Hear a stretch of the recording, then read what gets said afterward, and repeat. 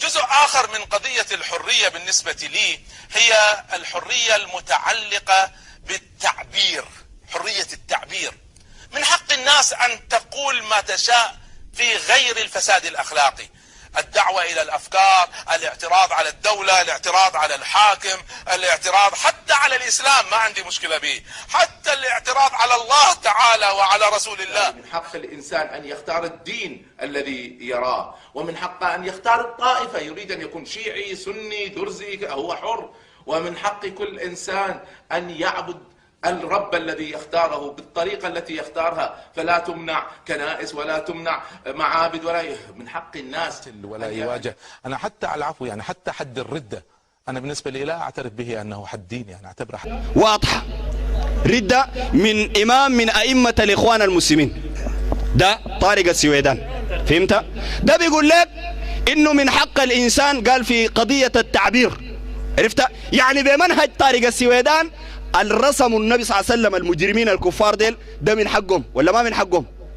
عرفت؟ وده نفس العقيدة دي قاعدة عند الترابي، ونفس العقيدة دي قرروها جماعة المركز العام أنصار السنة، نفس العقيدة دي في مجلة الاستجابة بتاعته، إنك تعتقد ما تشاء. يجي يقول لك من شاء فليؤمن ومن شاء فليكفر. طيب الآية دي معناها أكفر؟ الآية دي اسم التهديد، لكن ديل ما قروا، ديل ما قروا. الآية دي تتكلم عن التهديد. ربنا قال وقل الحق من ربكم فمن شاء فليؤمن ومن شاء فليكفر إنا أعتدنا للظالمين نارا أحاط بهم سرادقها وإن يستغيثوا يغاثوا بماء كالمهل يشوي الوجوه بئس الشراب وساءت مرتفقة. أنا أجي أقول لك هوي الأكل ده لبن حليب ظريف جدا، ودي مريسة بتاع الشيوعين وجوه فيها سم. بعد ده لو دار تشرب ده اشرب، ولو دار تشرب ده اشرب. تقول اوه يديك العافيه، انت خليت لي الحريه، مش الحريه جيب المريسه بوب تجي تاكل وتجي تزعلني انا؟ مش انا وريتك الشارع ولله المثل الاعلى، ربنا وراك الطريق زي ما ربنا قال في سوره فصلت. ربنا قال ان الذين يلحدون في اياتنا لا يخفون علينا افمن يلقى في النار خير ام من ياتي امنا يوم القيامه اعملوا ما شئتم إنه بما تعملون بصير. طيب اعملوا ما شئتم، معناه نقول ده القرآن قال اعملوا ما شئتم. بالله يجيب لي واحدة شهادة عربية نخلطها، ما اعملوا ما شئتم، اعملوا ما شئتم. نجي نقول لا إله والحياة مادة، اعملوا ما شئتم، لأنه طارق السويدان قال لك في غير الفساد الأخلاقي، لأنه عنده الفساد الأخلاقي ده أكبر قضية، لكن غير الفساد الأخلاقي تقول أي حاجة. قال تعبد الإله الذي تراه بالطريقة التي تراه. والله الكلام ده الكفار ذاتهم ما يرونه، الكلام ده الكفار ذاتهم ما يرونه. يا أخي كده انت سمعت كلام طارق السويدان ودار تعبد كونفوشيوس بتاع الصينيين ده أو بوذا، بتعبدوا بطريقتك انت ولا بطريقتهم؟ بيوقفوك بكرة واحدة ويقول لك تعمل كده وتولع نار بورا ولا كيف؟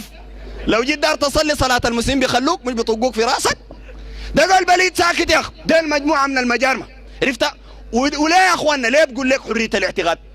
بقول لك حريه الاعتقاد زي ما بقول لك المستغلين كن ما تشاء قل ما تكن، ان تقولها تمت وان لم تقولها تمت، اذا قلها ومت. ويصفقوا لبعض، عرفت؟ دار يوصلك لشنو؟ دار يوصلك لانه تكفر بالله، زول يسالك ماف لانه دي حريتك، عرفت؟ تنبذ الدين زول يسالك ماف لانه دي حريتك، عرفت؟ تسوي اي حاجه. النبي عليه الصلاة والسلام في حديث النعمان بن بشير المتفق عليه، عرفت؟ النبي صلى الله عليه وسلم قال مثل القائم في حدود الله والواقع فيها، القائم بحدود الله والواقع فيها، قال كمثل قوم استهموا سفينة. النبي صلى الله عليه وسلم ضرب لك مثل، قال الزول الواقع في البلاوي من الكفر لغاية أصغر معصية، والزول اللي بيأمر بالمعروف وينهى عن المنكر، لأنه أنت ما حر، أنت عبد لله. قال زي الناس اللي عملوا قرعة قاموا وقفوا أو ركبوا سفينة، قال فأصاب بعضهم أعلاها وبعضهم أدناها، ناس بيقوا فوق السفينة وناس تحت.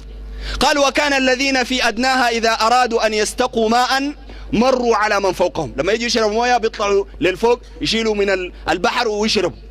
فقالوا لو أنا خرقنا في نصيبنا خرقا حتى لا نؤذي من فوقنا. قال يا اخواننا كده نفتكر ونحن على مستوى التحت بتاع السفينة، وفي ظل هذه المحنة المتاح لنا في 3 خشبات، افتكر وارى وانبثق واتصور وانه في هذه المرحلة